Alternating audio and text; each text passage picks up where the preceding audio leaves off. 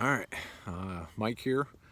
We're going to do a little project today. My truck left me on the road on I-95 today after I had a little issue at the car wash in New York. I came out of the car wash and my truck just died. Thought I got something wet under the hood, but it turns out there was a problem with the fuel driver module on the back of the truck. The first time it blew a fuse, so I thought it was just the fuse, so I replaced the fuse. Truck ran fine, drove it all the way to North Carolina with a trailer on, and by the time I got into North Carolina, started getting some floating in the throttle.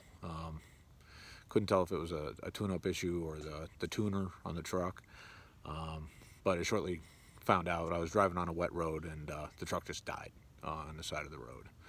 And so I went to the back of the truck and I could actually see the decay on that fuel driver module by the spare tire. It's basically throws water up in there, and being as it sits against the steel flat between the steel and the aluminum, it has a chemical property to it that makes it corrode. So, and it just destroys it. Everybody says don't buy the Dorman ones from the parts store. I would rather have a Ford one, but Ford didn't have any. Advanced Auto did. It was $80 instead of $200. Lifetime warranty.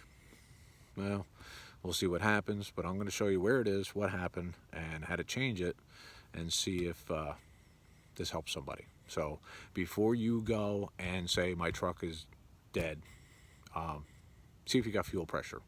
You know, have somebody turn the key on and push the Schrader valve on the fuel rail and see if you're getting any fuel pressure. If you're not, I would suggest you start at the fuse box, go from the fuse box if that's okay, and go to this module before you go, or a relay, before you go replacing a fuel pump for nothing.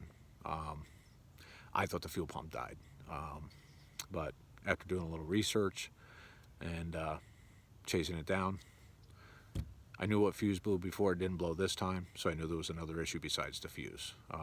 So it turns out it's the fuel driver module, and we're going to get underneath, and bear with me, I'm the only one here to do the taping, so I'm going to be doing the taping and I guess kind of showing you where it is. I'm going to try to do it all at once here, but bear with me. Alright, let's flip this thing around and let's see what we got to do here. Under the truck, I've already lowered the spare tire down, got it out of the way. Let me see if I can flip this camera here. I don't know how to do this, but I don't know if it's going to let me.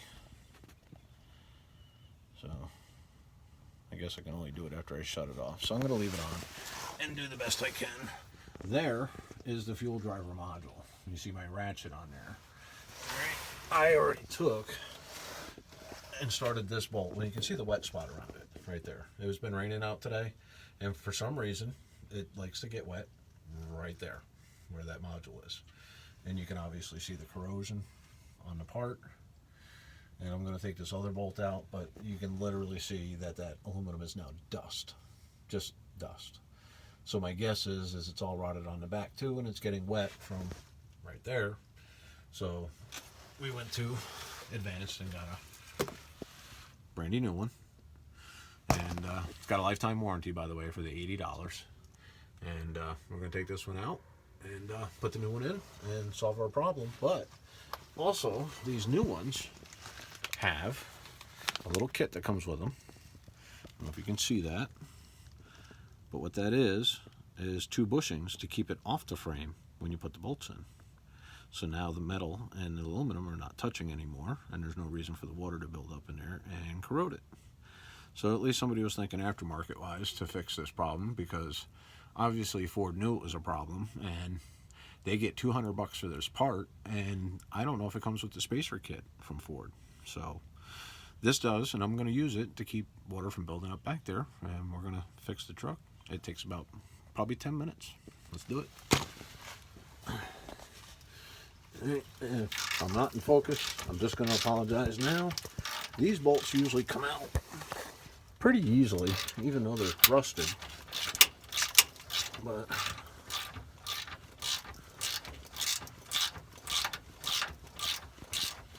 a little long-winded, but I got the other one loosened up, and actually the plug here is just a little push in the tab, pull it off, wiggle it off. So it'll come off pretty easy.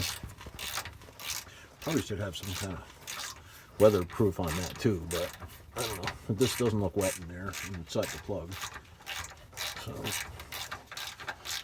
but we're going to use the new bolts, the new bushings, and take this off here. And well, it's actually just gonna, you can see it just crumbling away. And there it is. I mean, I can actually feel the back of it is just got a hole like right in it. So this is an 8mm, by the way, so you can do a deep or shallow, whatever, but it's 8mm. I like the 6-point for that. And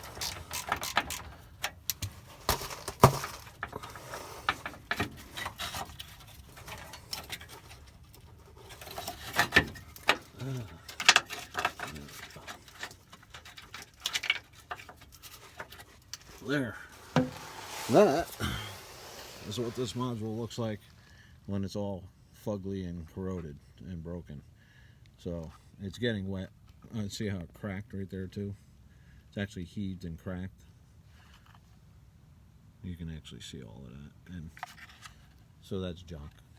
Normally I would save something like that just so I had a backup, but that's just, yeah, that's toast. Thanks, Ford. Appreciate that. I love your trucks, but I hate the way you design them sometimes. Alright, so, I mean, that's really not that dirty. Most of that was on the aluminum aspect of it. So we're going to get this other bolt out here. And like I said, they come out pretty easily. They weren't overly tight. They didn't strip out, nothing like that. And by the way, I want to put a plug out there for Icon Tools out of Harbor Freight. I was kind of skeptical at first, being as kind of a Snap-on Matco kind of guy, mostly Snap-on, but I'll tell you, this socket set that I got for 40 bucks, it looks like a Snap-on, it feels like a Snap-on, and it works like a Snap-on, honestly. I mean, for a fraction of the price, my Snap-on set like that probably cost me like $185 or something like that. And this Icon set was 40 bucks. Well, guess what I'm going to be doing? I'm going to be buying some more Icon tools for my projects. Because, damn, that's a pretty good quality tool for $40 for a whole set of those. They were a little pricey on the racks. I think I get those off the Snap-on truck for about the same money.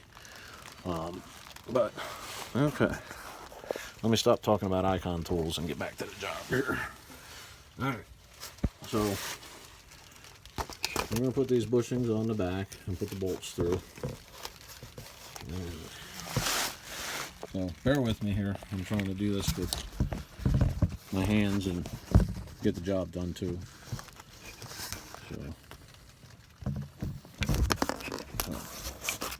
So we're going to put these on the back, run the bolt up through it, and these are going to keep this off the frames. So, sorry about that. Bear with me. I only got 2 hands, and right now I need to put them parts in. So, you'll have to listen to me for a little bit. So, thanks, James, for being in South Carolina while I'm in North Carolina. Appreciate that. Let's just get this in place.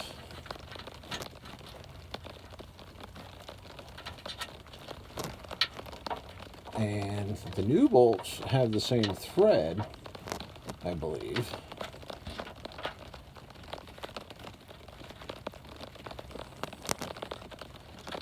I'm actually going to test that theory.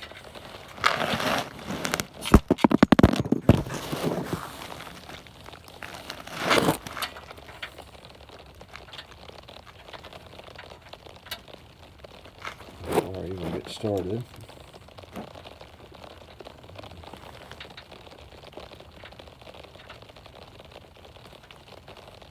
Yeah, I'm pretty close. Yeah. All right. bolt fit. If they're going to be a different size to tighten them because they didn't come with 8 mils. Although, you could probably put the factory bolts back in if they were a little bit longer to cover that space. But being as they don't, so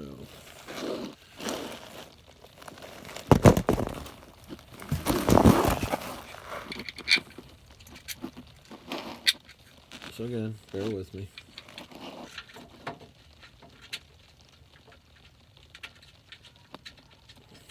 I think these are going to be like maybe 12 millimeters or something going back in. They're much bigger than the each.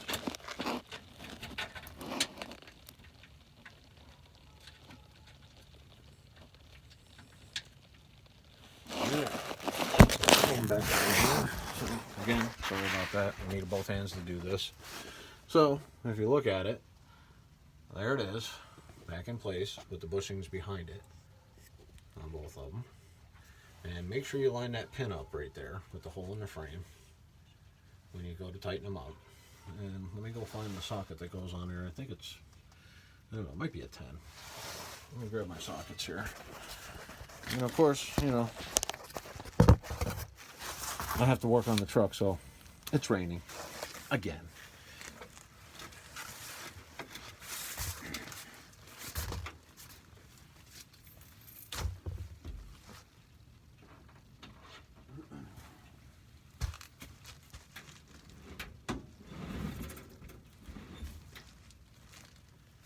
All right, let's try the 10. I think that's what it is. Yep. If not for the rain, no, it's a 12. Kind of looked a little big for a 10.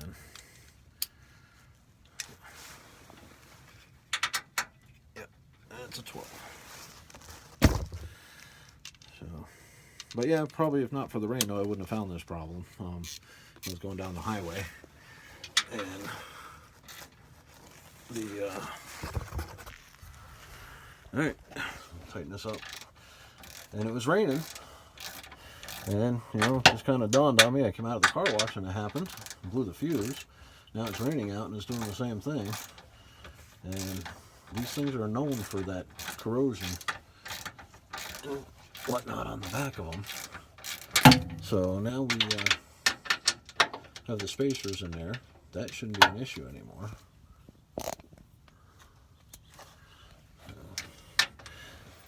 Did I tell you how much I like these icon tools? So, it's nice on my snap-on ratchet.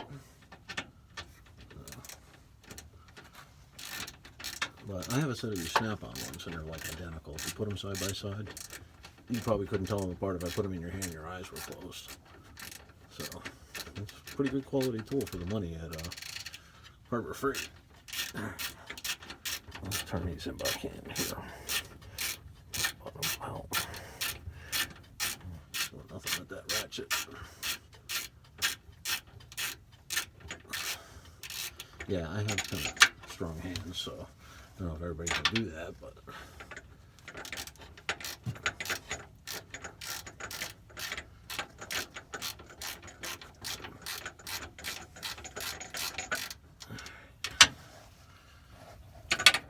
this side going.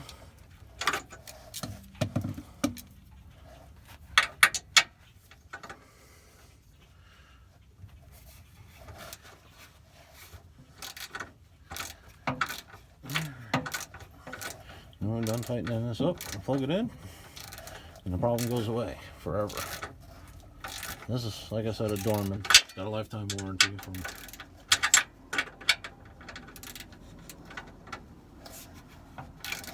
from Advanced Auto. Not that I plan on ever replacing this thing again. Hoping that's never going to happen.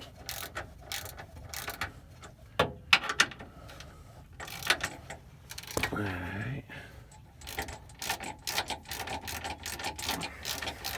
I know some people put like a rubber mat or a piece of foam or something in between to keep that, but honestly I think that just holds water.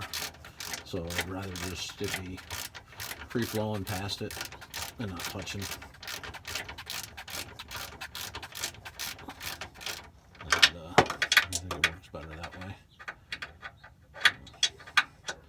Just my opinion.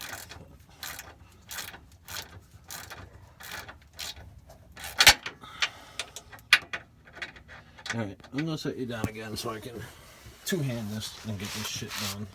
Because this is nonsense trying to one-handle. Don't fuck with this.